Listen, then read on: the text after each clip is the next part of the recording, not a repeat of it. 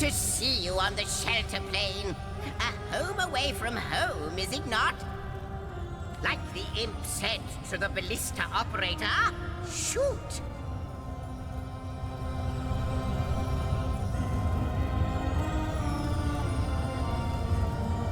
Wouldn't it just? Would that I had a Starstone sightseeing guide, but alas, such a booklet does not exist. Just like yourselves, Starstones are curiously absent from history, both in my writings and on the tapestry of time. From what I can gather, though, they were once cherished by devious sorcerers whose reign ended long ago. The stones are therefore most likely to be found in the ancient places of this world. Ruins, caves, the lairs of long-forgotten evils. Those are the dens you should frequent. 2 more pieces of advice. Don't go unarmed, and consult with my agent. Neither do I, but the mere fact that activated Starstone has set the Weaver of Time weaving again more than implies that it and the Void Dragon are natural enemies. This in turn more than implies that you are the Void's natural enemy, for it is you who is setting new events in motion. You who is handing the Weaver new threads. And that which she is weaving is more than an ornament to decorate the shelter plane. It is both history and future history. It is all of time. We may not understand the how yet, but our aim is clear. We shall save creation from the grip of the Void. Now, isn't that a lovely mission? Oh, I don't know if I'm more than those things per se, but having been given a divine mission does have its perks. Old age can't touch me, that's one. Immortality is mine as long as no one skewers me with a sword, and even then I'll be back in a jiffy. But of course I have a price to pay for something that is priceless. It is my duty to record all of history, and an arduous task that is. Not to mention how much stress that void out there is causing me. The end of time. I'll be out of a job. So, gather those Starstones so that we may know the history that was lost. Know so that we must not repeat what leads us to this dangerous precipice, but do better and close the dark eye of the Void forever. Lonesome observing the frontier of creation, surfing the vibrant tide of the eons, always approaching yet never reaching shore. Lonesome being privy to all that has been and all that is. Well, yes, actually. I don't mean to complain, but one certainly doesn't mind a bit of company now and then. Perhaps you can imagine the profound pleasure it is to have made the Weaver's acquaintance after all these years. I can hardly wait to pick her brain about the great battle of the Sons of Sigurd. The last Rivellonian who remembers it died more than 7,000 years ago.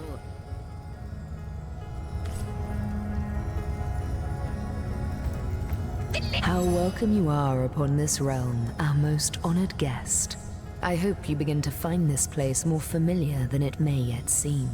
In the ethereal threads of eternity, do I record the deeds of gods and men, of beasts and spectral apparitions, the drift of continents through changing seas, the rise and fall of empires, the shift of every grain of sand on every beach, the fall of every raindrop on every world, the all but imperceptible touch of lovers' hands.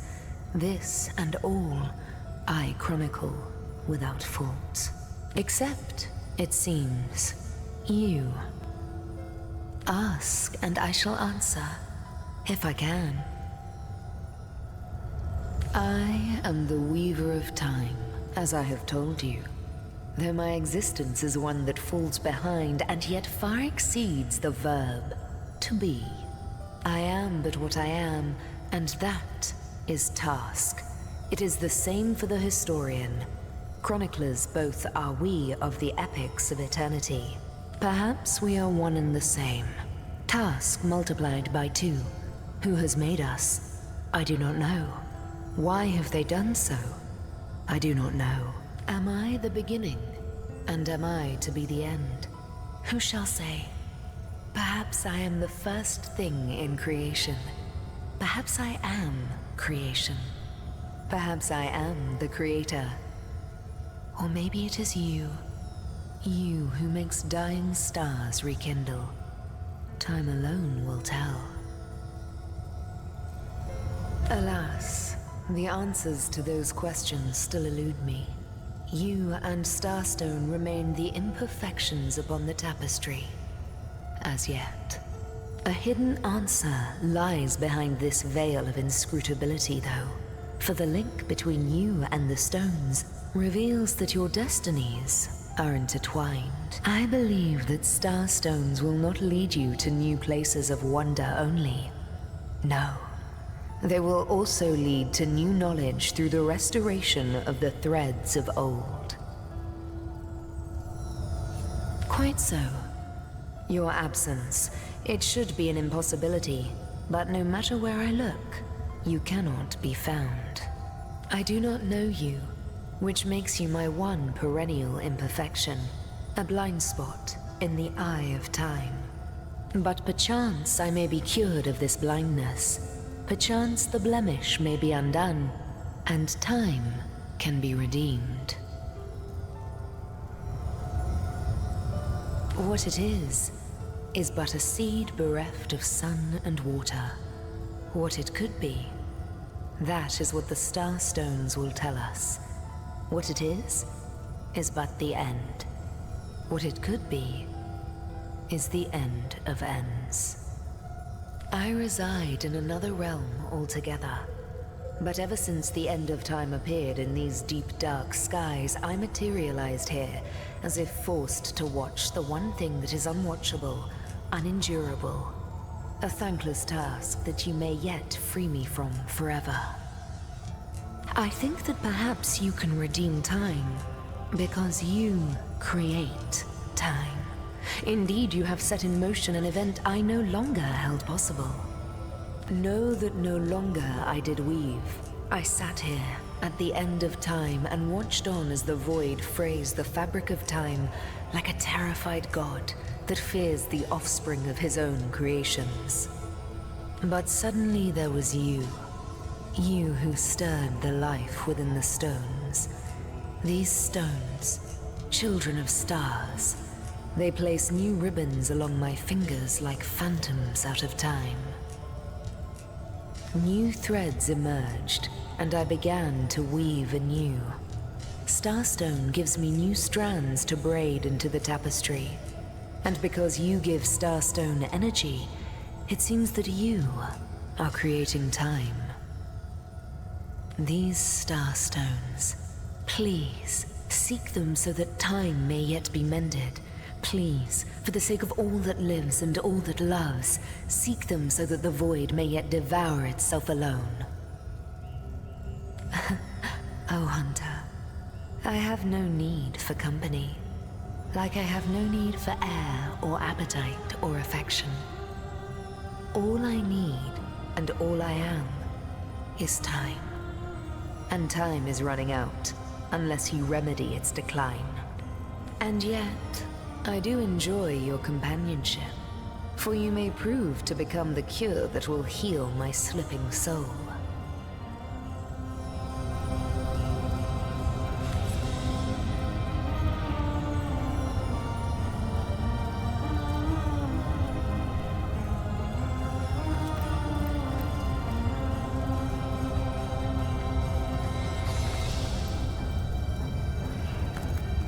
A question has me stumped, milady. Why are there two of us? history parallel to one another? That is a good question, Zigzags. One without a conclusive answer, though its resolution may lie in conception. Where you chronicle, I both chronicle and create. Where you arrive at conclusions, I spin origins besides.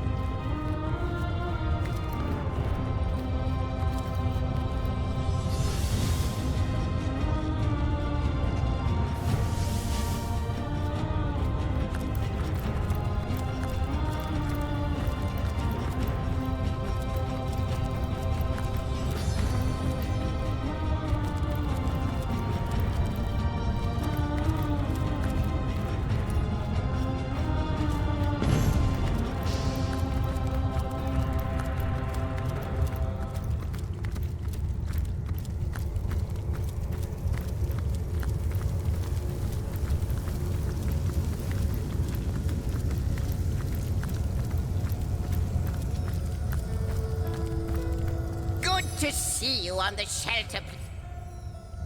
How might I serve our mission? The Lady of Time, the Weaver of History. I am your biggest fan, dear lady. Could I get your autograph? It shall be my pleasure, Sir Imp. I'll embroider it in the first volume of your all-encompassing chronicles.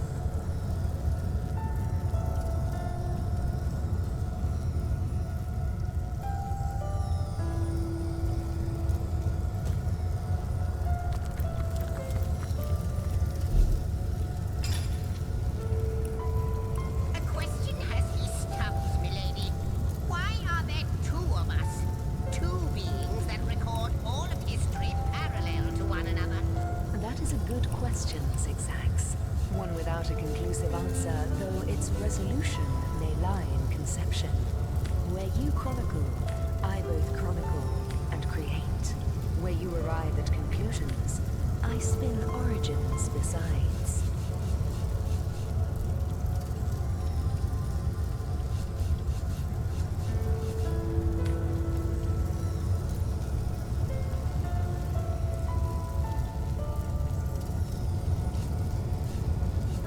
The Lady of Time, the Weaver of History. I am the last chest, the last chest, the last chest! If you believe yourself worthy of rifling through my ample... It shall be my pleasure, Sir Imp. I'll embroider it in the first volume of your all-encompassing chronicles.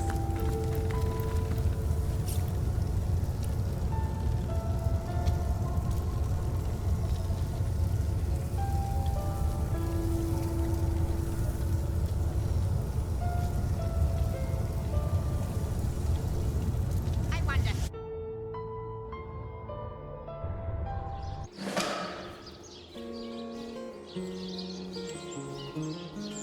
Source Hunters, I welcome you once again to the realm of Rivellon after your travels through the chasms of space. Nice to have found a shelter, wouldn't you agree? Where you can come to no harm. I know the imp historian has told you about his agent on Rivellon, and that agent is I. So now that you know of the alliance between me and Sir Zigzags, let us turn to the business at hand. Starstone. Oh, wer ist mein Papa? Den sprout legs and run away? And I'll be delighted to give it. Dark webs are being woven around these parts, and it is my firm belief starstones are the flies the sorcerer spiders are trying to catch. It can therefore hardly be a coincidence that Counselor Jake was a collector of the stones we seek. His foul murder and the plight of dying time must somehow be interconnected. That means the task you have been given remains crucial. Find the assassin that did away with Jake, for you're bound to stumble upon Starstone along the way. While you were being lectured by our friend the historian and the grande dame of time, I snuck into his house and had a look around. The advantage of being a cat, you know. You go where you please with impunity. And sometimes the lady of the house even rewards you with a slice of fresh herring. That's where I saw them in a cabinet. Mere slivers, but specks of starstones nonetheless. They lay there, silent and innocent, though bloody murder may have been committed in their name. Don't we all long for a sanctuary where our worldly troubles can be held at bay? A bed or a basket so snug it becomes, in a word, safety. But perhaps I speak only for myself, not for veterans such as yourselves that by necessity call any patch of ground they rest upon home. Like any cat worth its salt, though, I deeply cherish a secret refuge unbeknownst to anyone. To be able to repose without a care is such a precious circumstance, savoured all too seldomly. Let me phrase it like Zigzags might. A universe without time is like a pen without ink, a pointless instrument stripped of the potential of creation. It is void. It is death. It is nothing. I'll not pretend to have all the answers, or that I understand all that is happening here and out there among the stars, but I do know I'd rather err on the side of caution. If Zigzags worries, I worry. We are talking about a creature, after all, that has reclined among the divines as nonchalantly as you and I lays beside the hearths of home. I met him first, a long time ago, out in the wastes of Youthful Gore. He wondered aloud what on earth a cat was doing out there in the scorching desert, then shared what little food and water he had with him. So I told him who I was and showed him my human form. He laughed and marveled and told me stories about his travels. In the end, he even shared his great sorrow with me. The unspeakable thing you saw through his looking lens. I was awed and frightened, but swore to help him in any way I could. As of now, that includes helping the two of you. Oh, before you go, here, take this teleporter pyramid.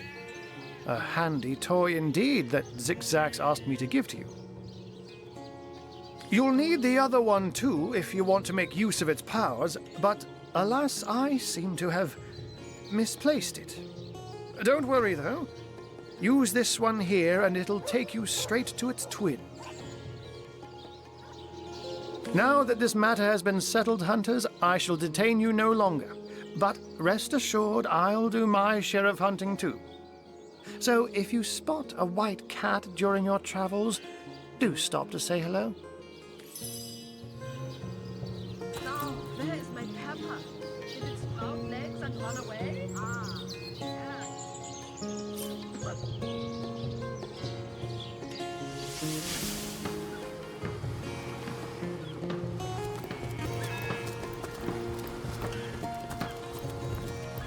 Plenty of fish in the sea, but I've got the foulest of the lot on my hands.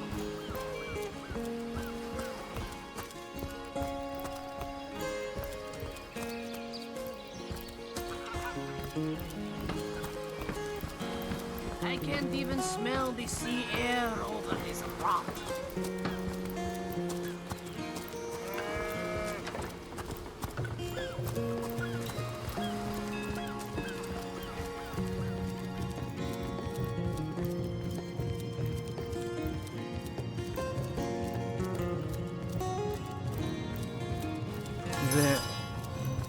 dead.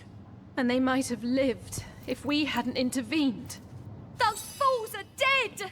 I knew that she-beast would bring disaster. It was that orc. She snapped, grabbed them, popped their necks, and then ran out of here like a wild beast. I'm only grateful she didn't notice me standing here. Can you imagine?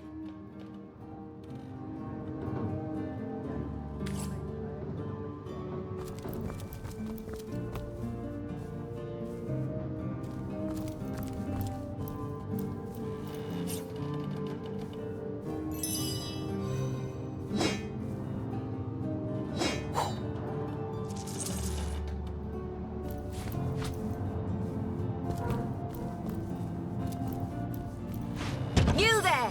Cut it out!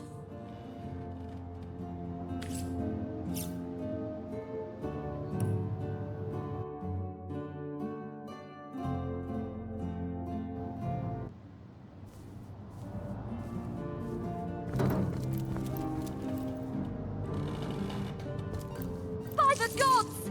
She killed them!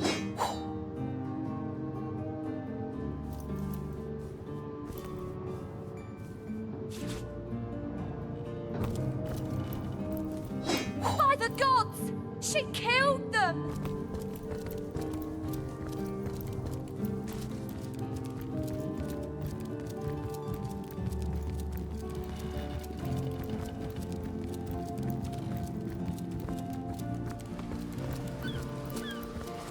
Well, you see, the gold and silver planets square vastly suggest a struggle.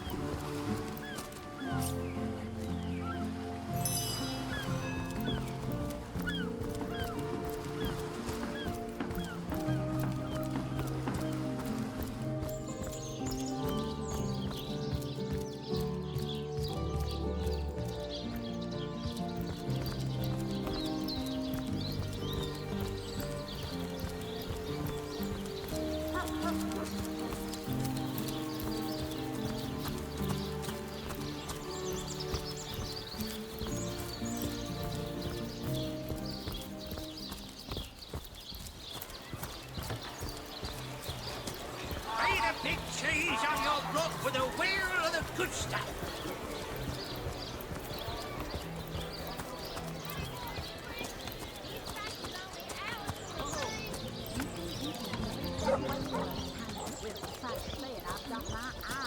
You Baron.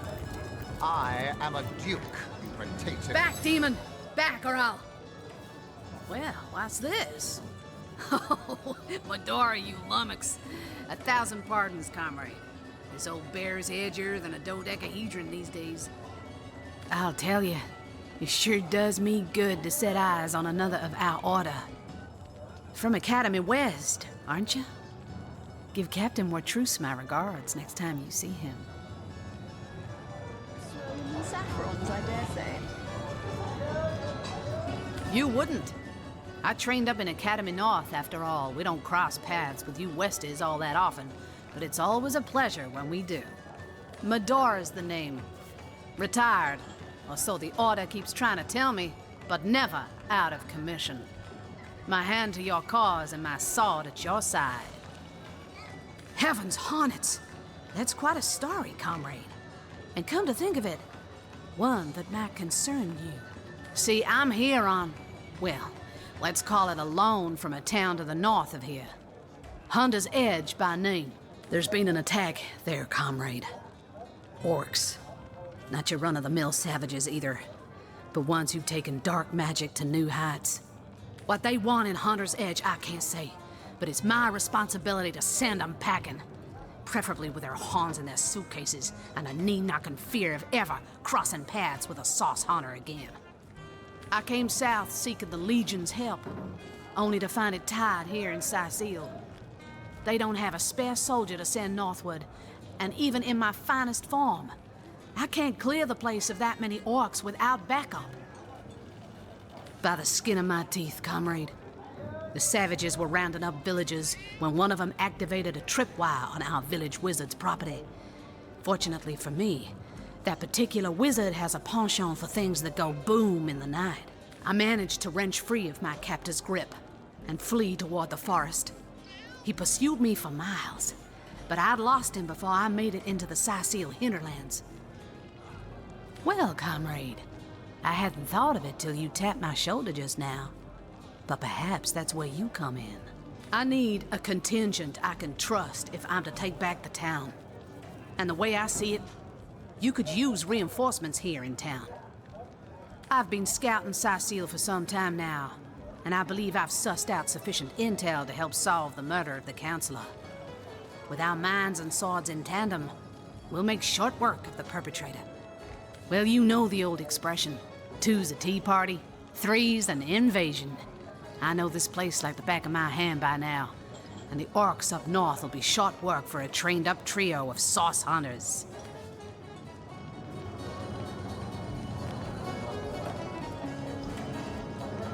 A fantastic plan.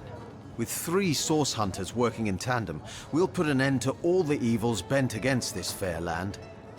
Another source hunter on the team will make us all the more formidable against this wicked magic. Welcome aboard, Medora. That's the spirit. Listen closely now. Do you hear it? That's the sound of every orc and sorcerer in a 100-mile radius shaking in his wee boots.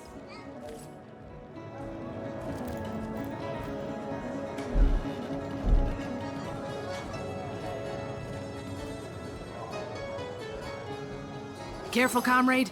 I think I sense a sorcerer in yonder shadows. Ask away, my friend, ask away. Always helps to know a thing or two about who's covering your back against the gnashing hordes, eh? More than I'd hoped, comrade. I don't know what in tarnation's gotten into the townsfolk here, but there's enough dark magic running roughshod to topple a small mountain. There's Mayor Cecil's doings for one, and the mysteries of our master Thaleron for another. And on top of it all, the feline menace is lurking at every hearth and shadow. Now, don't get me wrong, I think the mayor's a decent sort, even if he can't hear farther than the tip of his nose. But from what I've heard whispered around the docks, the old guy's gotten himself mixed up in something not quite on this side of the law. I suspect an illegal source artifact or substance is the root of it, but exactly what or who's giving it to him, I can't say. And since I haven't technically been assigned to Cecile, I don't have the authority to interrogate him. Fella seems like a humble doctor, but I'll bet my sword he's dealing in something darker than splints and tonics. A loose-lipped legionnaire let slip that she'd seen our good doctor scale the city wall on 2 separate occasions, well past midnight each time. What business could he have among the undead? Hardly the habit of an innocent healer, I'd say. You mean you don't already know, comrade? Their kind can see in the dark. It ain't natural. It's no coincidence the Order retired me, or tried to anyhow, to such an aptly named little town. Way back when, the settlement was chartered as a stronghold for source hunters to keep watch over the borders of the Phantom Forest. Don't let the name fool you, though. These days, the forest is little more than a smattering of trees and ruins. Perfect posting for an old bull and her dotage like yours truly. In the days of old, though, the forest played host to source devils of every make and kind. Hunter's Edge was a settlement of source hunters tasked with watching over the border of the forest and putting down anything smacking a source that might creep out of it. By now, it's been centuries since anything more dangerous than a badger has come out of those woods. By and by, the source hunters moved out and regular folks set up shop. But the town's charter requires that at least one of our kind remain to keep the watch. They say he's privy to ancient and arcane secrets, the likes of which I doubt you could even fathom, old friend.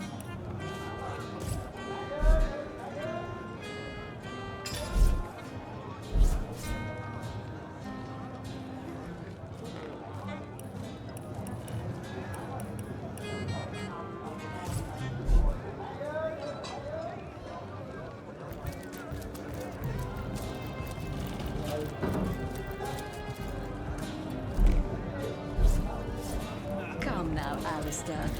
Surely you've met your match once or twice. Ha!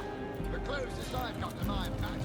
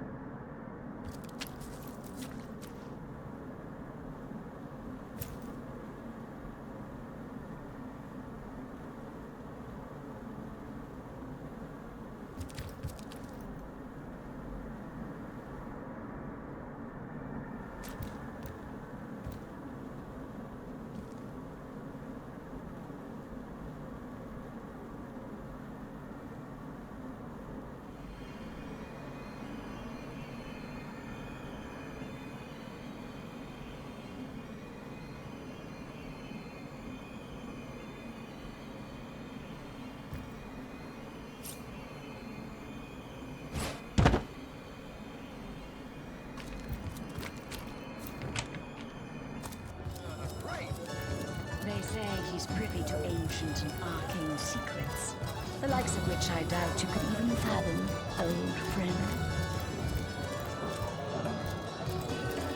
Watch out! I smell... Oh, the fierce stench of Frightnosaur's goblin. Actually, I think that's only roast pig. No better solution to the zombie Yes, problem. of course. This time.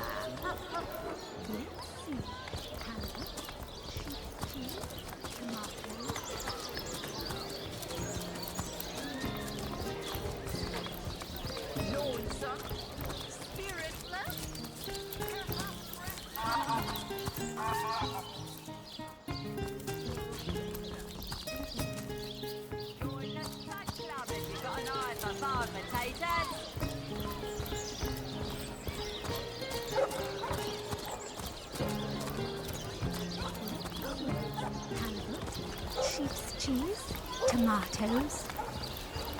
Portions to be muscle you. Scrolls to imprison.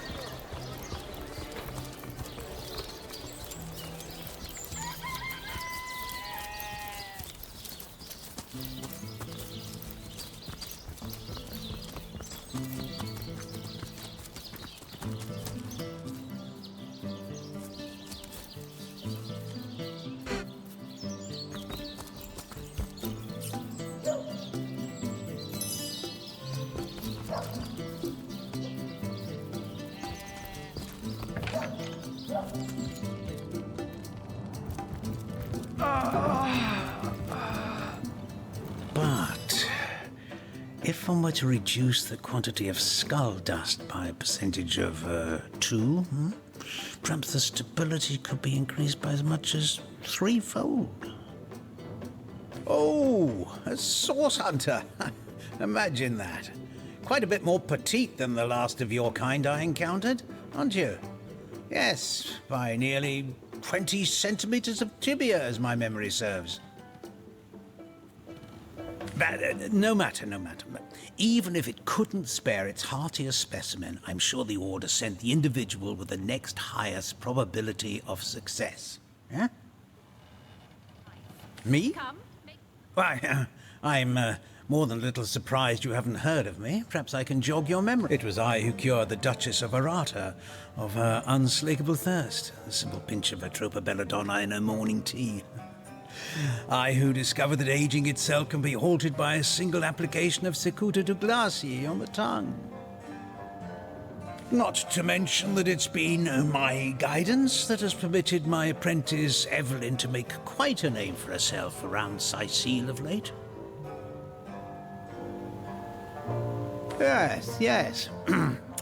If that's how we're referring to the secretive use of a revolutionary healing method she refuses to share with her own master. She's in the other room as we speak. Perhaps you can prevail upon her to offer a demonstration. She's gotten hold of a stone, supposedly capable of fantastic feats of healing, but she won't let me take the briefest look at it. But she claims to have gotten the relic from a little northern town, Silverglen by name, and that an abbot there blessed it with the power to heal. Utter rubbish, I say. But with these blasted undead haunting the travel routes, I can hardly march up to Silverglen to learn the truth myself. Well, she certainly possesses a critical eye and an exacting manner when it comes to making difficult medical decisions. I expect she'll be a very successful healer in her own right when the time comes. She is learning from the best, after all. Certainly, what would you like to know? The counsellor. Terrible loss, that. Though we were hardly more than acquaintances, I knew him to be a devoted civil servant. From what I can tell, it seems to be a simple case of jealousy turned violent. The affairs of his wife, Esmeralda, were hardly a secret, you know.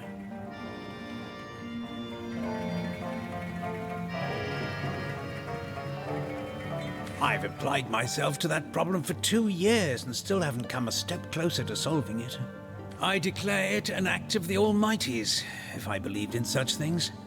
Some events, Source Hunter, can be neither controlled nor understood by mere men. A mysterious healing stone. Neither of you cares Interesting for his very indeed. existence. Nothing sets me on edge like inexplicable magic. Soothing a corpse's troubled mind. Can't Can't have gotten far. So, which of you is more deserving of life? Come, make your case. That relic of Evelyn's the so-called healing crystal. I've seen one like it before, and by the Patriarch's pockets. It's a relic of source. One look at that gem will be enough to convince me it's no force of good, but a bloodstone through and through. Far? Anybody? Neither of you cares to plead for his very existence. Now, a tone soothing a corpse's troubled mind. Can't have gotten far. I've come across such a stone before. It may be capable of healing, as the good doctor describes, but its origins are as dark as midnight. Bloodstone is so named for a reason, you see. What starts as a pretty gem is corrupted by sick sorcerers who infuse it with the blood of the slain. If that stone is what I suspect, I wouldn't trust Cecil's so-called healers any more than I'd trust a pyromancer on a wooden boat. So, which of you is more deserving of life? Come, make your case. Those men hardly sound long for this world. What's taking Tenderfoot so long? Excuse me? This is a private sick room. Who in the name of the Seven do you think you are barging in here? Out, I say, right this instant. Oh, I'm sorry. It's this task. I'm just... Who am I to meddle with life and death this way? I'm an apprentice of the healing arts. Healing! But this decision feels like precisely the opposite. I have but one healing stone, you see, and 2 direly wounded men who need it. I've been racking my brain trying to decide on the best method to settle this grave situation, but perhaps it's better off in the hands of an esteemed source hunter. Surely you are more accustomed to weighing life and death than I.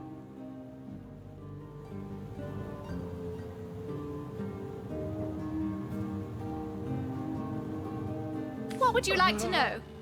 One of the brave few willing to traverse the trade routes plagued by the undead.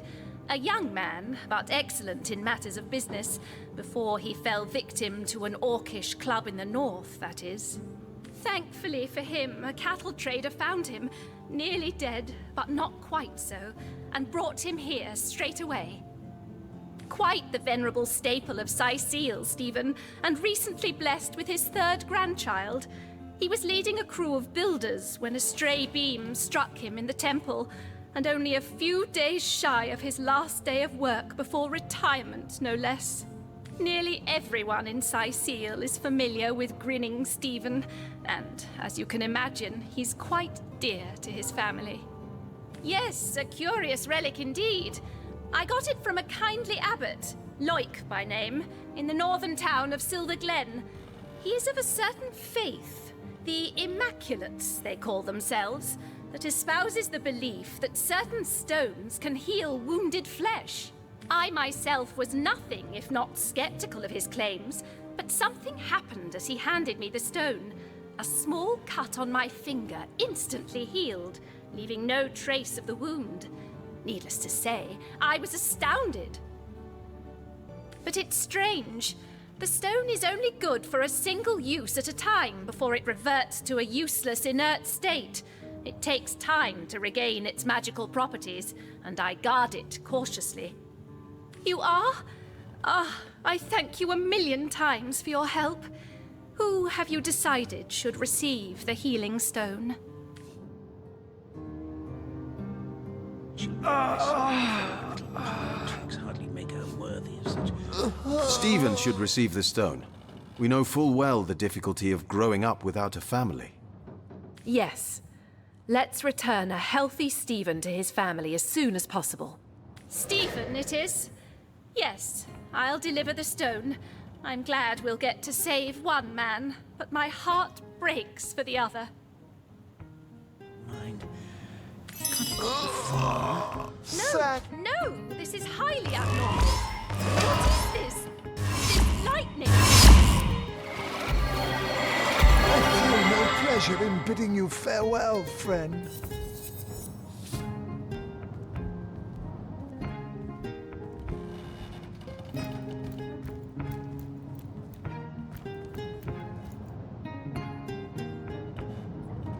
I don't know what I did to deserve this, but I'm beyond grateful.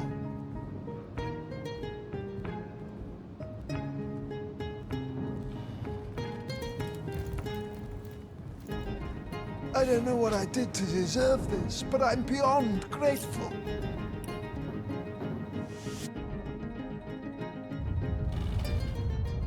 Welcome back, Source Hunters. I've been eagerly expecting you. You found another Starstone, haven't you? Go on. Ask me how I know. Aha! Mere child's play when you know what to look for. And luckily, I do. Do you remember when you first arrived on this plane? When the dormant portal that led us to this hall sprang to life? It's happened again, my friend. Another portal has reignited. The end of time is growing by the stone. It's all connected somehow. You, this place, the void, the stones. Soon we'll have unraveled the whole truth. Oh, how I do love a good mystery. You don't imagine that I'd presume to explore it before you? No, that would be most unmannerly. And not to mention, well, No, I'm sure it's nothing. It's just that beyond the portal, I sense a presence that I can't quite account for. It is at once powerful and faint. Perhaps only a shadow, perhaps more. But this is only speculation, of course. Come, let me show you the way. Once you're through, you'll be able to report exactly what we're dealing with.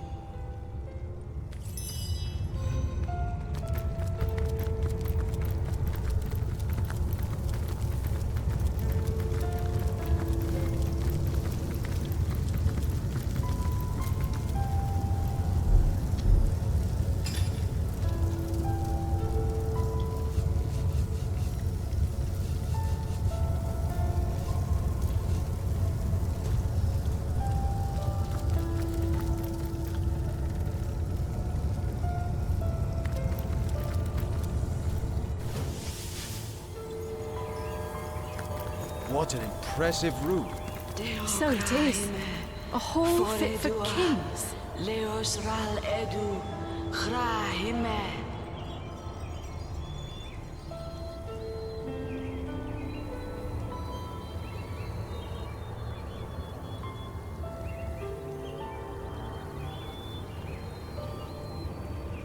Everything we do seems to fortify your abilities.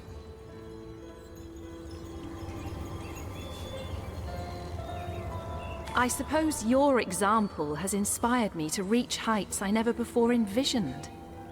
That inspiration hardly flows one way, my friend.